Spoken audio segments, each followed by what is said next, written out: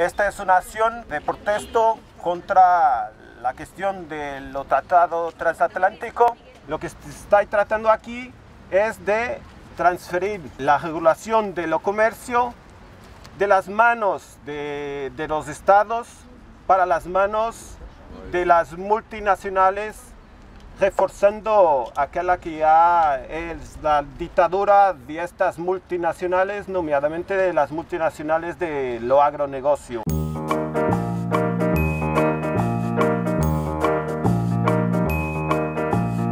Just over there, at the end of this road, Rond-Point Chemin, you have the European Commission, the European Council. These are the institutions responsible for lawmaking in Europe. There's more than, I think, around 500 individual corporations having offices here.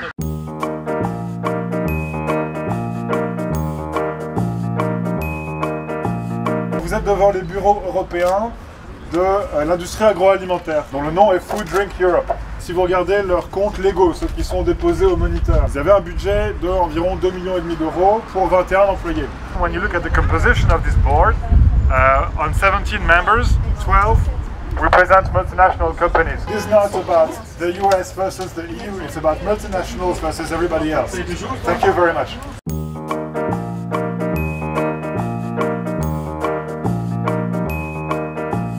BASF is the biggest chemical corporation in the world. In 2014 they had a turnover of around 74 billion. Historically, BASF has had a huge impact on the EU chemical legislation called REACH. REACH demands that the EU takes action on chemicals that disrupt the human hormone system, so-called endocrine disrupting chemicals, EDCs.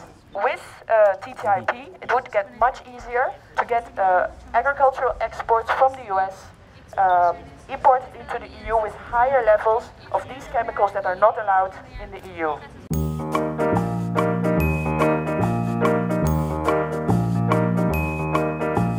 Several years ago, the feed industry and the lobby organization in Brussels created a coalition with other food lobby groups like Food and Drink Europe, like the Miller organization, like the oil trader, feed trade oil organization of protein crops.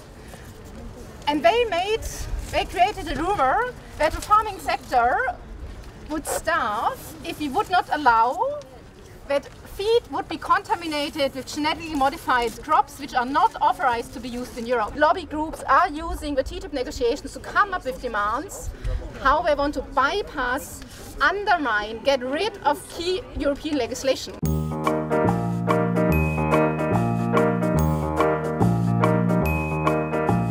This is the US Chamber of Commerce. It's by far the biggest industry lobby group in the US. They outnumber in lobbying spending the number 2 by 3 times. They have multi-million dollar budgets, which usually in the majority comes from the biggest corporations, including Dow Chemical, Monsanto, etc. Citizens have very little say compared to the lobbyists, to the corporations, and the U.S. Chamber of Commerce represents them all. GM is one of the big things that will affect you if TTIP is passed. It will affect us, it will hurt our farmers, and it will also hurt yours.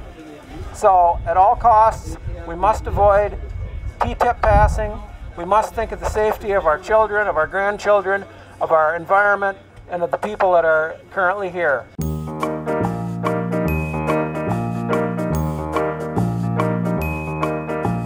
We're in front of DG Trade, so those are the people that are leading the EU trade negotiations. In the TTIP talks, they are those people that negotiate. The agri-food sector has been the one that's been lobbying the most for TTIP.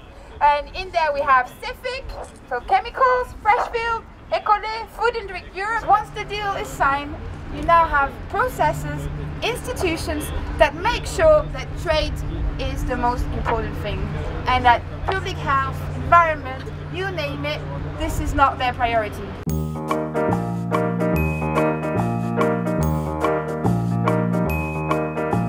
Este tratado va a destruir la explotación familiar, va a destruir la pequeña y mediana explotación. Se cargan el principio de precaución, se cargan las normativas de calidad, las denominaciones de origen, que nosotros creemos en acuerdos comerciales desde la cooperación, desde la transparencia, desde la construcción democrática, desde la participación ciudadana, hacia un modelo sostenible y agroecológico, que priorice las producciones locales, que ponga adelante los derechos humanos, los derechos de los campesinos y campesinas, delante de los estafadores, de los lobbies, de los que hoy están construyendo esas políticas. No TTIP! No TTIP! No TTIP! No TTIP! No TTIP!